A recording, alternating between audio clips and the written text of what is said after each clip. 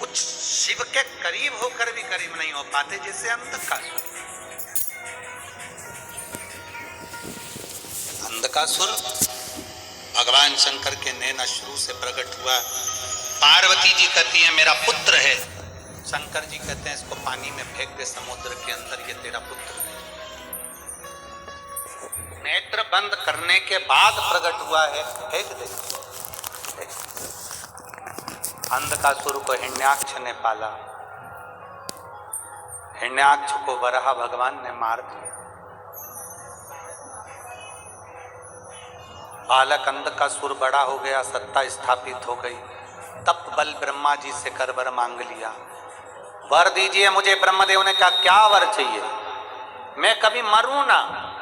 ये हो नहीं सकता, मरना तो पड़ेगा, जीवन मिला है तो मृत्यु साथ चलिए,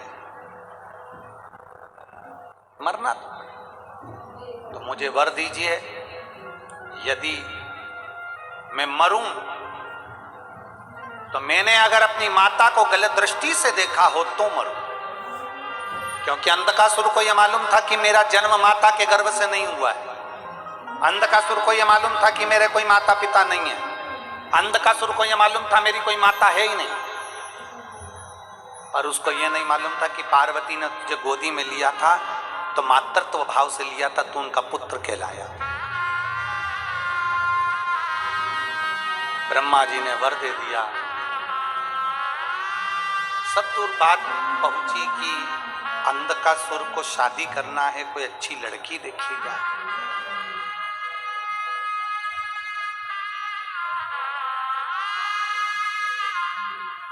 कोई अच्छी पुत्री देखी, मालूम पड़ा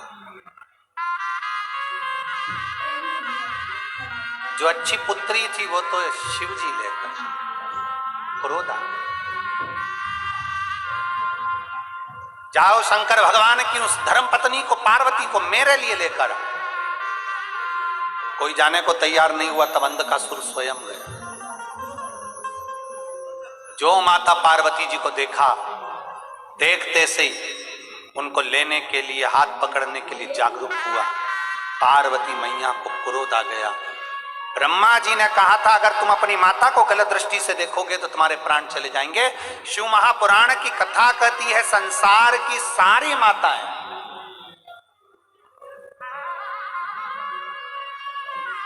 जब कोई पुरुष पर नारी को गलत भाव से देखता है तो वह अपने पूरे कुल को डुबो देता है। जैसे लंकाधिपति रावण ने माता जानकी को गलत भाव से देख लिया था, पूरा कुल डूब गया था, पूरा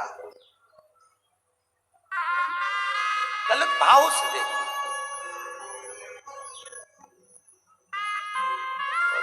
ये जो नेत्र है ना, ये इनको बड़ा रोग लगा है, बहुत बहुत भयंकर रोग है नेत्रों।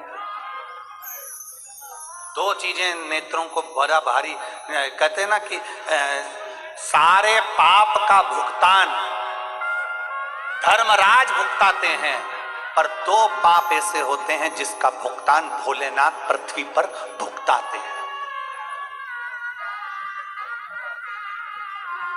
सारे पापों का भुगतान धर्मराज ऊपर भुगताते हैं, पर दो पाप ऐसे हैं जिसका भुगतान भोलेनाथ पृथ्वी पर भुगताते हैं। पहले नंबर का, गर्भवती महिला को गाली देना, ये पाप है जिसका भुगतान मनुष्य देह में मानव को भोगना पड़ता है।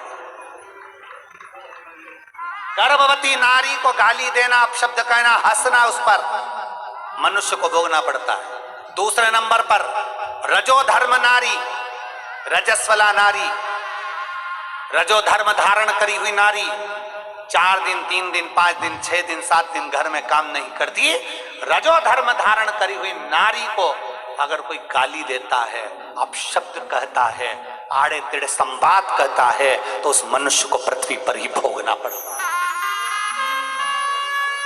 सारे पापों का भुगतान धर्मराज ऊपर भुगताते हैं, पर दो पाप ऐसे हैं जिसका भुगतान मनुष्य को पृथ्वी पर भोगना पड़ता है। देवाधिदेव महादेव एक गर्भवती नारी पर हंसना, गर्भवती नारी को ताना देना, गर्भवती नारी को अपशब्द कहना, और दूसरा रजो धर्म धारण करने वाली नारी रजस्वला कोई स्त्री होती है।